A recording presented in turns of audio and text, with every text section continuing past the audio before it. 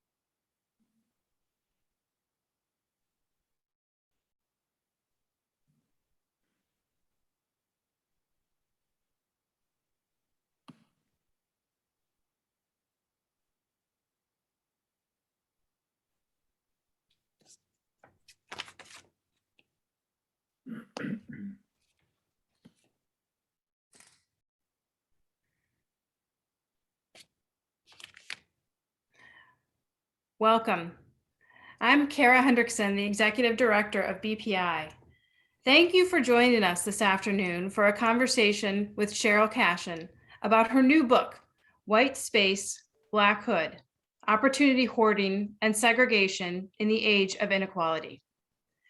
This book has just come out over the past couple weeks, and I'm really excited for our conversation about it today. I've read the book and recommend it to everyone here today. You can pick it up at your local bookseller. We'll show you a picture of it so you know what to look for. The thing that stands out to me about this book, and I've heard Professor Cashin describe it this way, is that this book tells the truth. The focus of her book is what Professor Cashin terms the residential caste system, the system of geographic residential segregation that hoards and withholds resources along racial lines. This containment is reinforced by state action in militaristic policing, mass incarceration, the criminalization of poverty, a school to prison pipeline, and housing and school policies that invest in poverty concentration. Professor Cashin could just as well have been describing the systems of racial, economic, and social inequality that BPI is dedicated to combating with our programs in police accountability, criminal justice reform, early childhood education, and housing. Professor Cashin tells us we have no choice but to disrupt this system, which is what BPI's work is about day in and day out. That's why BPI is so thrilled to have Professor Cashin here with us this afternoon. And we're also so thrilled to have this virtual talk led by someone who's been disrupting systems for decades, Alex Polikoff. I'll briefly introduce our guests so that we can move into what I know will be a lively discussion. After their conversation, we'll take questions from the audience. So please use the Q&A function that's at the bottom of your screen to add questions during the presentation, and we'll be sure to leave time for as many of them as we can before we conclude at 1 o'clock. So with that, let me take a brief moment and introduce our two guests here today. Professor Cashin is an acclaimed author who writes about the US struggle with racism and inequality. Her books have been nominated by the NAACP Image Award for Nonfiction, the Hurston Wright Legacy Award for Nonfiction, and an Editor's Choice in the New York Times Book Review. Professor Cashin is the Carmack Waterhouse Professor of Law, Civil Rights, and Social Justice at Georgetown University, and an active member of the Poverty and Race Research Action Council. A law clerk to US Supreme Court Justice Thurgood Marshall. Professor Cashin also worked in the Clinton White House as an advisor on community development in inner city neighborhoods. She is a contributing editor for Politico magazine and currently resides in Washington, D.C. with her husband and twin sons. You can follow her on SherylCashin.com and on Twitter at Sheryll Cashin. Alexander Polikoff is the co-director of BPI's housing program. He has served as lead counsel in the landmark Ghetto versus Chicago Housing Authority public housing litigation for more than 40 years. Alex joined BPI 1 year after its founding in 1970 and served as its executive director, a position that he held for more than 30 years. Previously, he was a member of the Chicago law firm Schiff, Hoarding, and Waite. Alex holds a BA and an MA in English language and literature and a JD from the University of Chicago. He is also an author of multiple books, including The Path Still Open, A Greater Chance for Peace Than Ever Before, Waiting for Ghetto, A Story of Segregation, Housing, and the Black Ghetto, and Housing for the Poor, The Case for Heroism. I'm delighted now to turn it over to Alex for the conversation with Professor Cashin.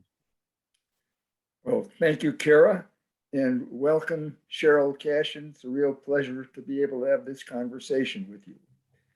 And I wonder about starting this way. For those who haven't yet had a chance to read your wonderful book, how about giving us an overview of the argument in your own words? Okay. Well, first, let me thank Kara and BPI and you for having me. I can't think of a better organization in Chicago to sponsor this talk. And I also want to thank the people who are participants right now. You had lots of options for spending your Friday afternoon, and I'm honored that you decided to spend it with us.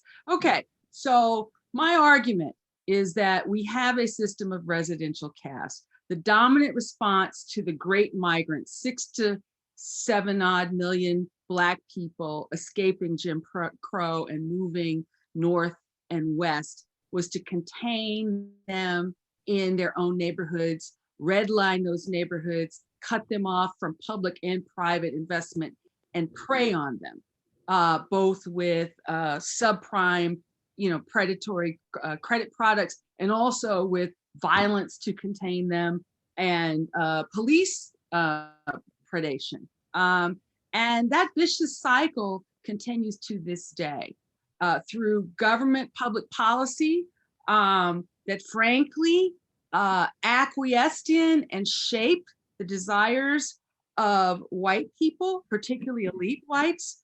We overinvest and exclude in affluent white space and disinvest and contain in Black neighborhoods.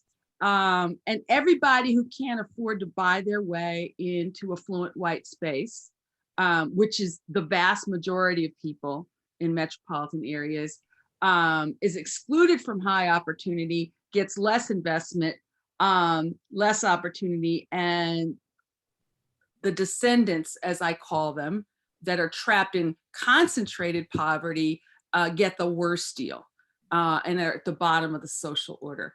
So that's residential caste. I could, if you wanted me to, talk about some of the main public policies that got us there, but I want to underscore that all of us acquiesce in this system. And yet it's ingenious how residential caste hides the fact that we uplift some and subordinate others. So I try to shine a light on that in this book. So Sheryll, before we get into the substantive stuff more deeply, let me ask you a personal question. It's implicit perhaps in what you've said, but I'm going to ask it anyway. What moved you to write this book? All right, well, I've been a law professor for 25 years, and I worked on issues of community development in my 3 years in the Clinton White House. I've been thinking about these issues for 2 decades. Why it is that we have communities of great abundance and communities of entrenched disadvantage and need in a very rich country. And I come from a civil rights family in Alabama.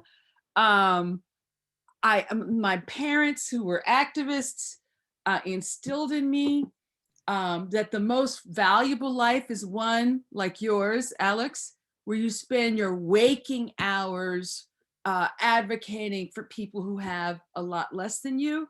And in particularly in my house, it was advocating for dirt poor Black sharecroppers in West Alabama.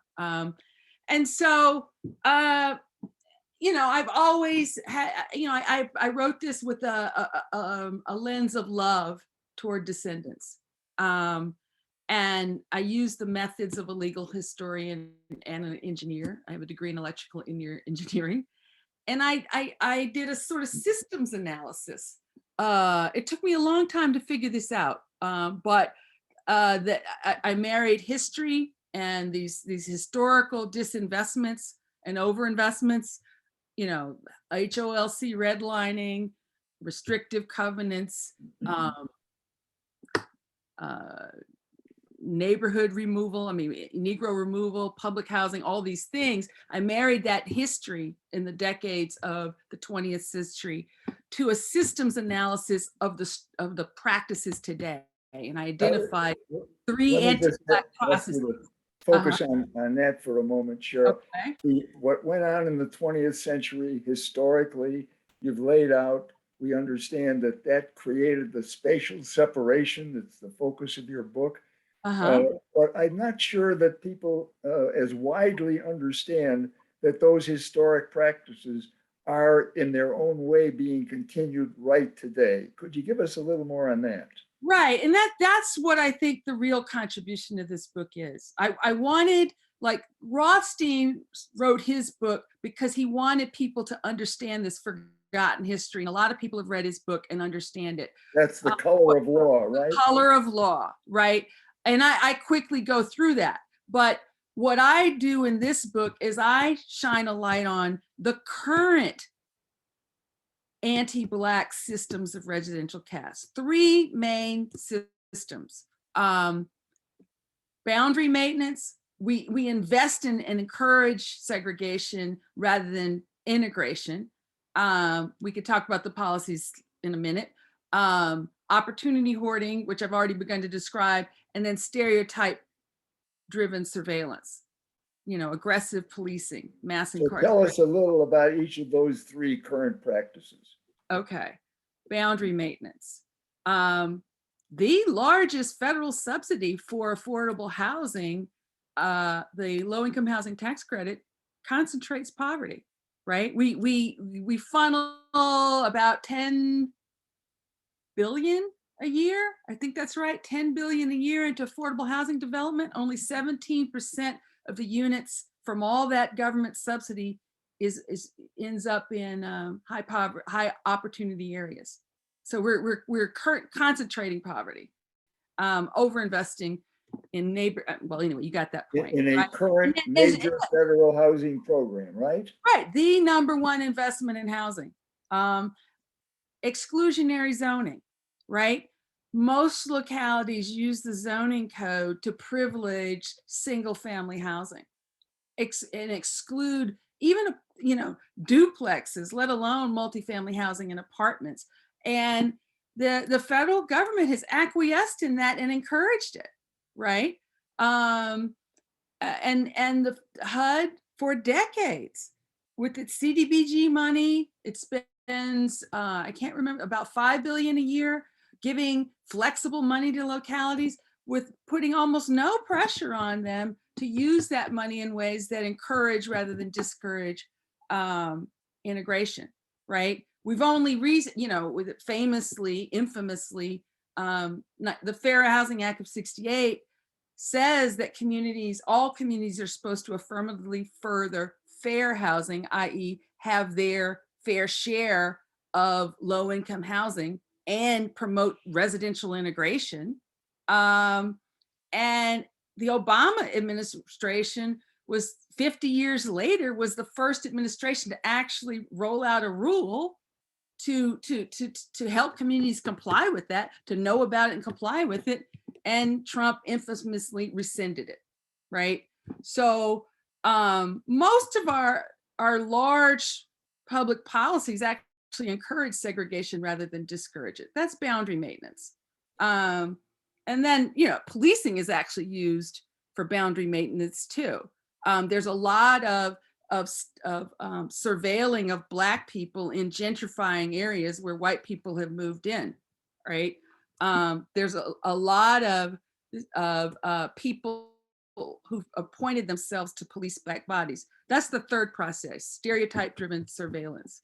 And the second process, it is actually astounding how much public money is vacuumed up by affluent white space, despite the fact that everybody else who's excluded from those neighborhoods subsidizes them.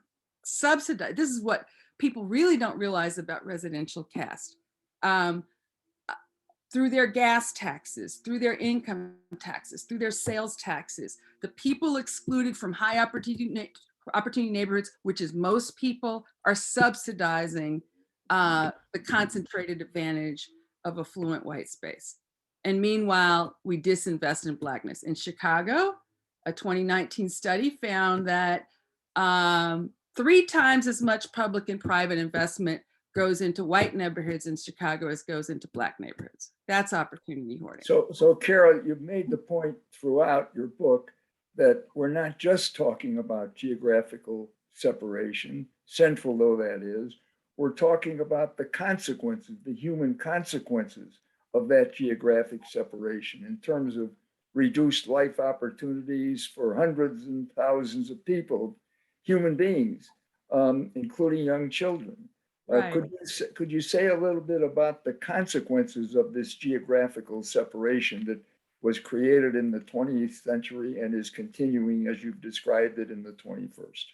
Okay, so I want to underscore that this segregation alters politics, which is, it's about power and politics.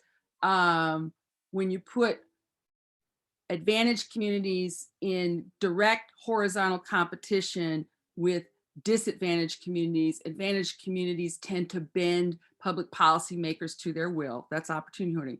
But yes, I have an entire chapter about the neighborhood effects, the effects on people who are conscribed to concentrated poverty. Living in the hood reduces your life expectancy. In most major cities with a sizable population of Black people, where great migrants landed, there's as much as a 20-year difference in life expectancy between affluent neighborhoods and poor ones. In Washington, D.C., where I live, the disparity is 27 years, between Ward 3 and Ward 8. Post-COVID, right? There have been studies about health disparities, which show that the cumulative trauma of violence, distressed housing, underfunded schools with the least experienced teachers, punitive approaches to children and adults, aggressive policing, having the worst transportation options and service, living in a junk food swamp and a healthy food desert, living in neighborhoods with little green space, with heat disparities. All of this contributes to health disparities. It also contributes to opportunity disparities. Raj Chetty's work has shined a light on this. I have a chapter on Baltimore, featuring Governor Larry Hogan, Republican, rescinding investment in light rail and cutting the school's budget for Baltimore and building a youth jail instead with that money. At the time all of this was going on, Raj Chetty's study showed that Baltimore had the lowest social mobility for poor kids of any place in the country, right? And yet, and then there's the kind of social science that was created because of the Ghetto case. Thank you very much, Alex and Dorothy Ghetto, there's a nice picture of her in the book, which showed that if a low-income family has the opportunity to move to a high opportunity setting when the children are still young, both the parents and the children do much better on many different indicia. They have much higher college graduation rates, better employment rates, Their long-term income is significantly better. So thank you for that question. Well, Sheryl, you've also referred to the role of quote, ghetto myths, end quote, Yeah. in shaping public policy decisions. Could you elaborate a bit on that?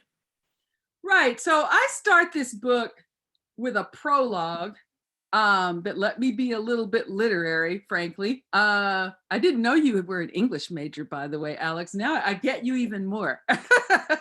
But I start with a prologue that goes from Thomas Jefferson, quotes from Thomas Jefferson straight through to Donald Trump.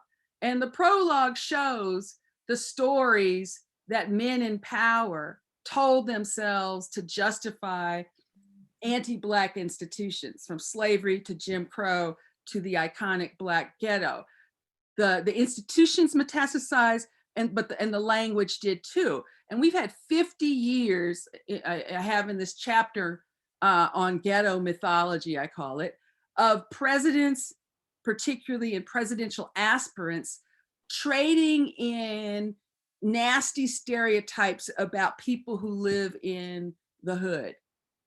You know, thug, law and order, welfare queen, rat infested. Repeatedly, Donald Trump, he's the most vulgarly transparent recent president to participate in this language. He constantly referred to heavily Black cities as infested and violent, and he knew exactly what he was doing with that dog whistle. He's playing into a pervasive stereotype. People get their ideas about Blackness with, you know, these negative stereotypes incubated in the hood. And, you know, most of these people have these negative ideas, have no direct, intimate experience with Black people, right? But when you control the narrative like that, that's what drives punitive public policy choices. In Chicago, a study showed that the state spends every 4 years about $1 million per inner city block on incarceration in majority Black neighborhoods from the West and South Side, right? Negative perceptions drive bad policy choices. And those negative perceptions grow right out of this space that you've described that's created by the policies you've described. Right. And yet, you know, the descendants who live in the hood are no different than you and me. The vast majority of them are good people just trying to make it. It's a very small percentage of the population that actually engages in so-called thuggish behavior. But I show in the final chapter of my book, you know, when an organization in Richmond, an innovator in Richmond, applied a lens of love to the young men, and it was all men, who were most likely to pull a trigger and be engaged in gun violence, it freed him up to innovate. And he created a peacemaker fellowship in which he surrounded these, you know, basically 24 guys in love and 24/7 mentorship, and giving them the services and opportunities that most affluent people regularly give their children. Gun violence fell by 55% for a program that cost the city initial investment of $600,000 citywide. Astounding result. Right, right. You've also referred to the outsized role of Chicago in creating this history that you've described. Can you speak for a moment? That's my city, after all. Tell me what you think about what my city has done. Well, Chicago's a textbook example of all of this. I use Baltimore in my book as the case study because I'm closer to Baltimore and get there for interviews and things. But Chicago is it, man. You know, Chicago's been at the forefront of every major policy that constructed the ghetto, and actually was the leader for the country in these examples. You know, from you know, it had a lot of great migrants land there. What did they do? they confined Black people to an 8 square mile area, like in the 20s. Black Belt of Chicago. The Black Belt of Chicago, which Caton and St. Clair wrote about in the, the iconic, the Black Metropolis, right? And people are crowded on top of one another, and they disinvest in those neighborhoods, and the conditions there get associated with Blackness, right? And then, beyond restrictive covenants, there was just straight up violence for decades in Chicago. Violence on the part of whites, particularly white ethnics, against Black people trying to live in their neighborhoods or even use their parks, right? Molotov cocktails, right? And then, the city reinforced the desires of whites to exclude Blacks with their policies. The worst of it is, Chicago had a 50-block area, I believe. I think it was along State Street. I may be wrong, where they created high-rise public housing, right? Intentionally assigned housing on a segregated basis. This is Dorothy Ghetto's argument, right? That, of course, is what the Ghetto case established, that it was right. intentionally done, as you've just said. Right. And what happens when you have a dense high rises for blocks and blocks and blocks, where 100% of the people who live there have to be poor, and it's assigned on a racial basis? Instantly, you get concentrated Black poverty, you get the ghetto, intentionally created, right? And, that actually, made people's fears and avoidance of Black people even worse, right? But Chicago also, because of this case, because of Ghetto, because of the experiment we had when we were able to, as a remedy that you guys won, and you got mobility vouchers for public housing residents who got to move. You got to compare the results for families who got to move to higher opportunity places or stay, in the city. That led to federal policies to create mobility programs. And now you have some signature mobility programs in other cities because of this model Chicago created. But I got to tell you, the stats, the stats in terms of investment in policing versus investment in communities are pretty bad in Chicago. I think I already said it. Public and private. Sheryll, given the picture you've now so graphically painted for us of what we did in the 20th century and what we'll continue to do in the 21st and the human consequences of that, maybe this is a good time to segue to the what to do about it question. Unless you have more to say about the situation we've created, let's turn to the question of what can we do about it? You call it in the book abolition and repair. Can we turn to that important subject? Right, thank you. It's really the most important question of all. And yes, I use the word abolition and repair. Abolition is a powerful word. I chose that because what I'm calling for is transformative change. To begin, the state has an obligation to dismantle and reverse current anti-Black processes. So the beauty of this analysis, once you understand residential caste and how it operates, then it provides an automatic way forward. All you got to get the politics right, but all you have to do is reverse the policy. So investment and greenlining of Black neighborhoods rather than disinvestment and economic predation, inclusion rather than boundary maintenance, equitable public funding rather than overinvestment and hoarding for high opportunity places, and humanization and care rather than surveillance and stereotyping. And I suggest 3 critical pillars to guide state action. First, change the relationship of the state with descendants from punitive to caring. Second, see descendants as potential assets and empower them to be change agents in their own liberation. And third, invest resources and transfer assets to support descendants, transfer assets to respected community institutions. And let me just say this, before George Floyd's slow execution, I thought the first pillar was the hardest, changing the lens by which we would see Black people. I was very heartened last summer, with the summer of 2020. You know, we had 2,500 localities that across the country, the largest social mobilization in the history of the country, with people of all colors raising flags, saying Black Lives Matter. Now, I know, you know, that's died down since then, but I still live in a neighborhood where the signs are there. We believe Black Lives Matter.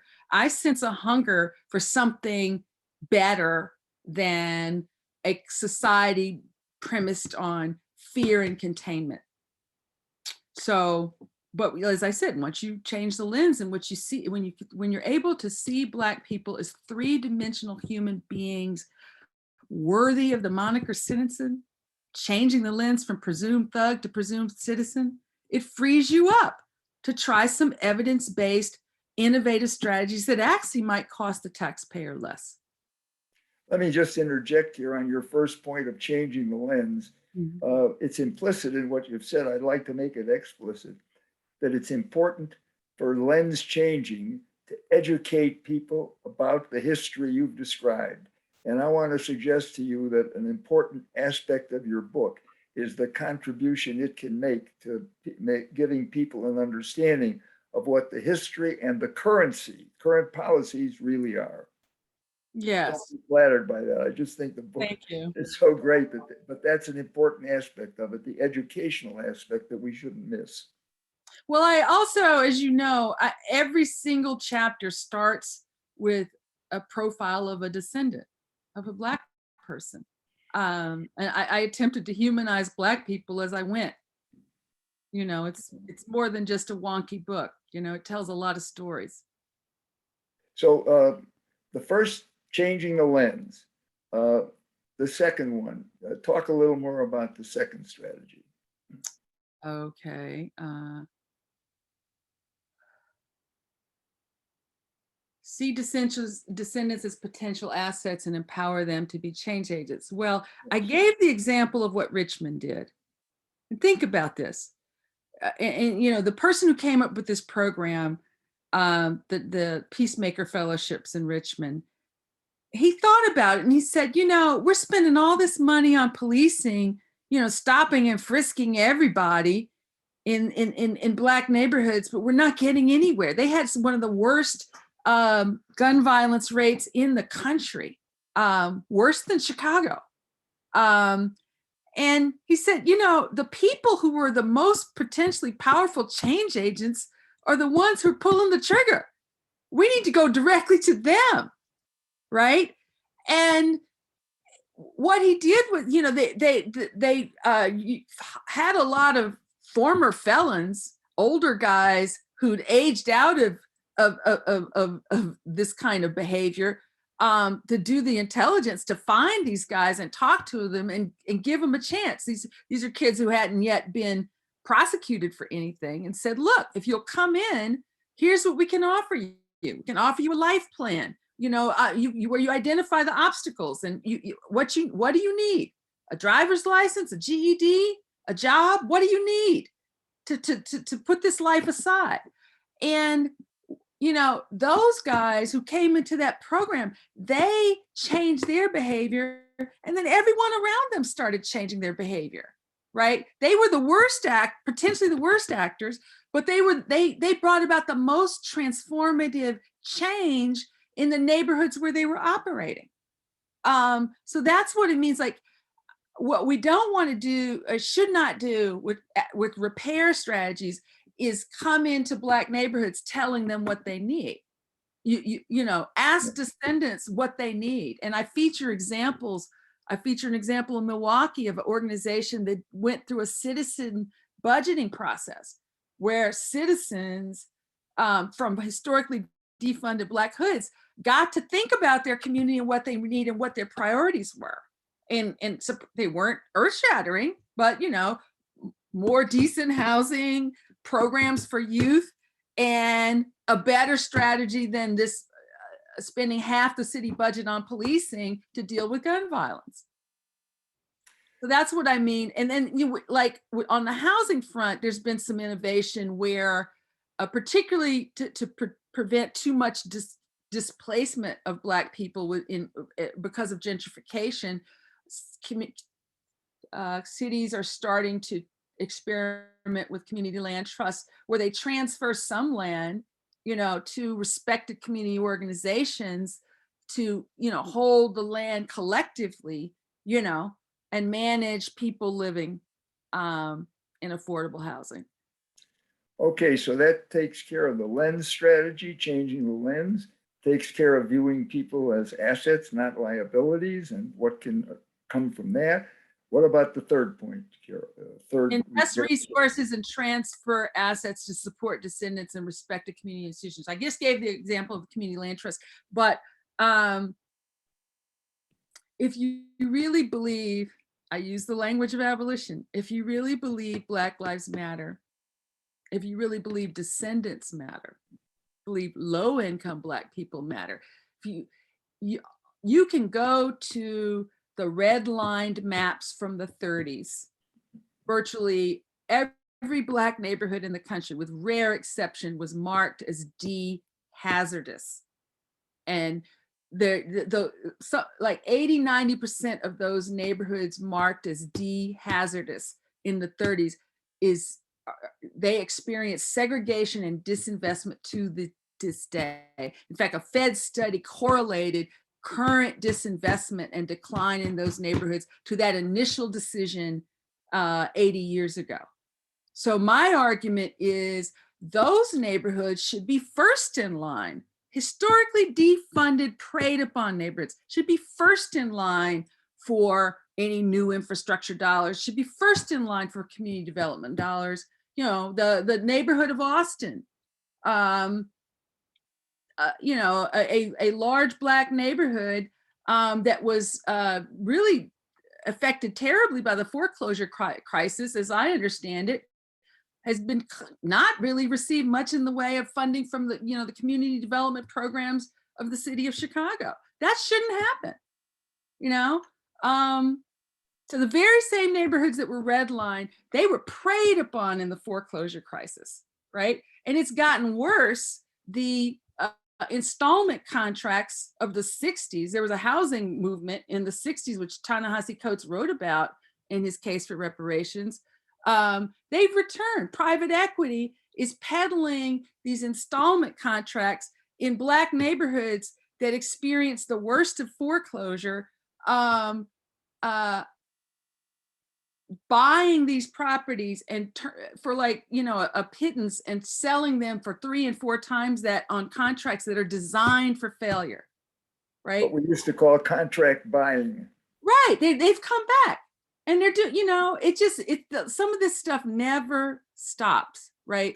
So, I think, well, let me say, individuals in the city, so that the Black neighbors should be prioritized. Descendants living in these historically redlined neighborhoods, they should be, there should be a pilot universal basic income for people trapped in these areas, right? That's an example, and the city of Stockton did that, and there's a website, Mayors for a Universal Basic Income, right? There's something like 25–30 mayors now proposing these pilots.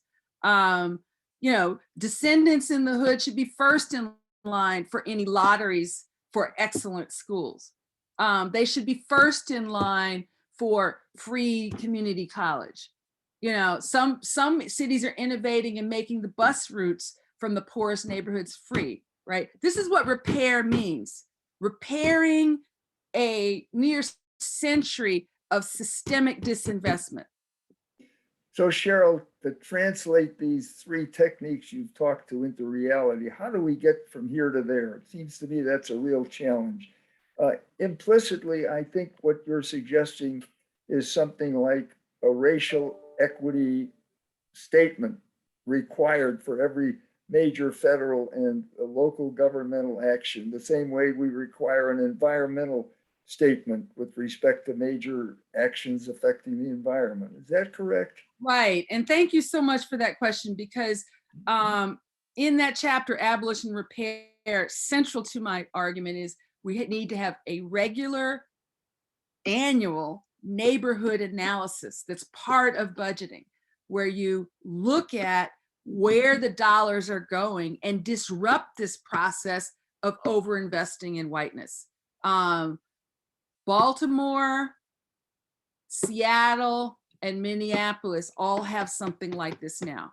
And within hours of being inaugurated, Joe Biden signed an executive order requiring a racial equity analysis of how federal funds are being spent, and put the formidable Susan Rice in charge of that, right? Understanding the role of geography helps provide a way forward. Exactly. If we did that, Carol, for example, on community, the block grant development funds, there'd be winners and losers, wouldn't there? Well, there have been winners and losers now for Yes, centuries, right? You know, the biggest, we talked about myths. The biggest myth of all that, and Trump really played into this when, you know, his tweet bragging about rescinding the AFFH rule. right. The biggest myth of all is that high opportunity living is earned, and that hood living is the deserved result of individual bad behavior, right? High opportunity living is subsidized. We've rained down hundreds of millions of dollars in affluent suburban space for all manner of infrastructure, right? So we've had winners and losers forever. That's what equity means. So if you believe Black Lives Matter, and you have benefited from this system of residential caste, you know, it may require more of you than just putting a sign in front of your house. In President Biden's executive order in the very first week, I think, of his administration, when he mandated federal agencies to look at racial equity, it's a hopeful rhetorical step in the right direction. Do you have any hope that that's going to be translated into the kind of action you've been describing? Well, we all know how gridlocked Washington is, right? And by the way, you know, the nationally we spend $23 billion more in majority white school districts than in majority minority school districts. $23 billion more a year, right? And, you know, one of my proposals is Biden, Congress and Biden could close that gap if it would triple the current funding for Title I funding for disadvantaged schools, right? That was among my proposals. Okay, you know, so if I don't know what's going to happen with this human infrastructure 3.5 billion Build Back Better, but there's an example of a line that could be in there that would make a huge difference in the lives of kids trapped in high poverty schools, right? But, you know, with a decent politics in Washington, there's a lot the federal government could do, right? It could put a lot more pressure on communities that receive enormous federal funding to repeal exclusionary zoning. But while we're waiting for national politics to correct itself, which could take a while, right? Cities have a lot of levers for innovation.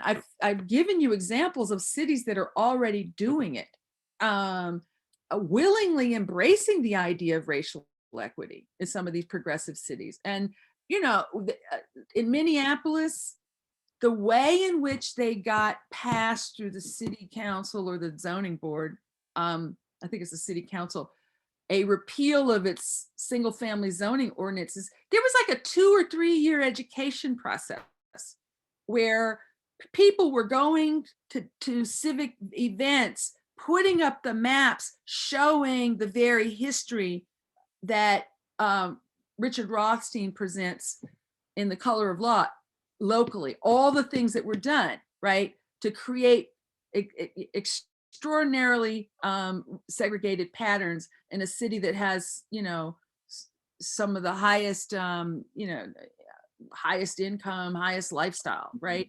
So And arguably, they brought that history to bear on current policy. And they did, and that's what you got to do. I feature Louisville did the same thing, right? And you have to go through an education politics to build majority multiracial power.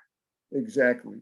Mhm. Sheryll, I'm afraid we've reached the point where our dialogue should come to an end, and we ought to give the audience a chance to ask some questions. I want to thank you so much, not only for the book, but for this explanation about the book, which is revealing and exciting. And one aspect of the book I want to mention, it's a hopeful book. It says, we've done these bad things in the past, but here's a way we can remedy what we've done in the past and make things better in the future. And I commend you for that hopeful view. We all need hope these days. So thank you again for this wonderful interview, and let's see if the audience has some questions for us. Thank you, Al. That's right. What a lively dialogue so far. Thank you to both of you.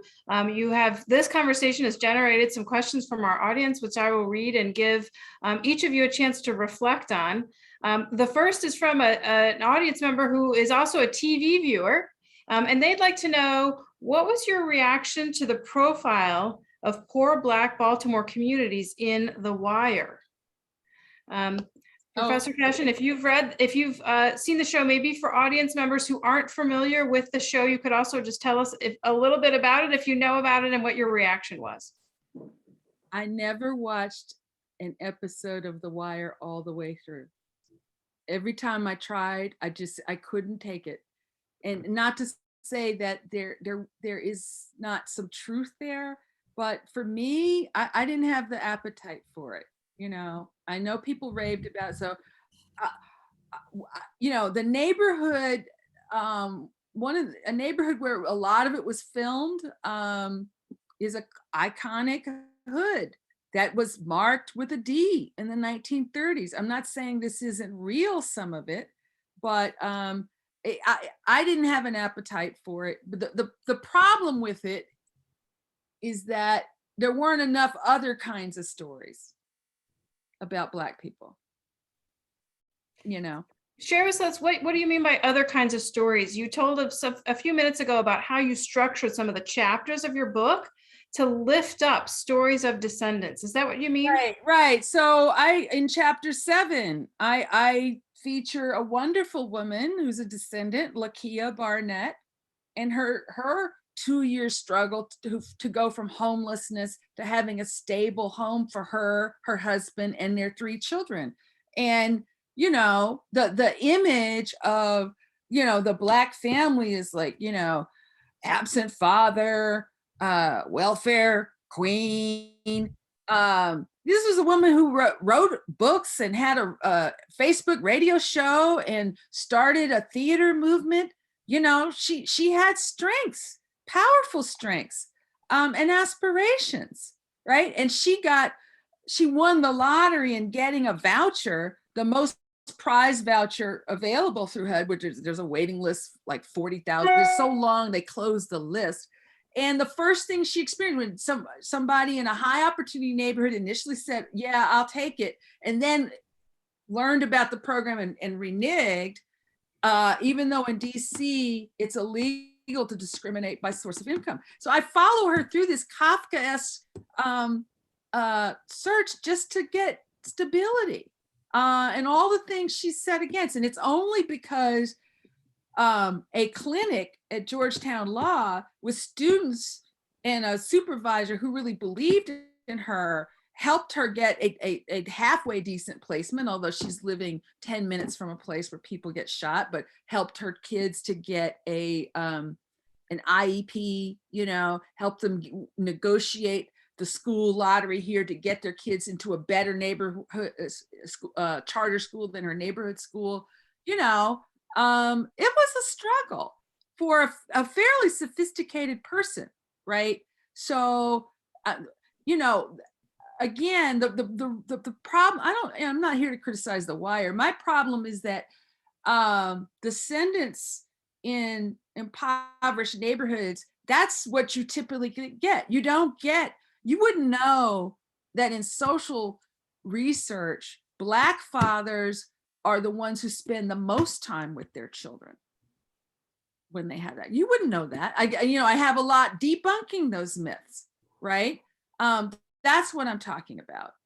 Yeah. There are other stories can be told. And I'll say my friend, I'm not an intimate, but my friend, classmate Barack Obama, when he was running for president in 2016, he spent a lot of time lecturing Black people about what they don't do and about absent fathers, contrary to this research.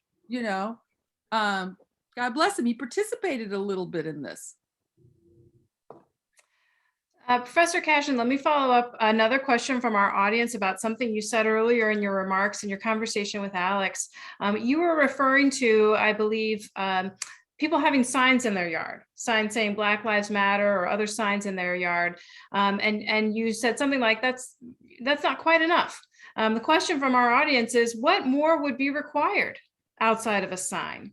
What tangible evidence can you provide for people who may think that having a sign is enough, metaphorically or actually? What is required really to help us make real progress here?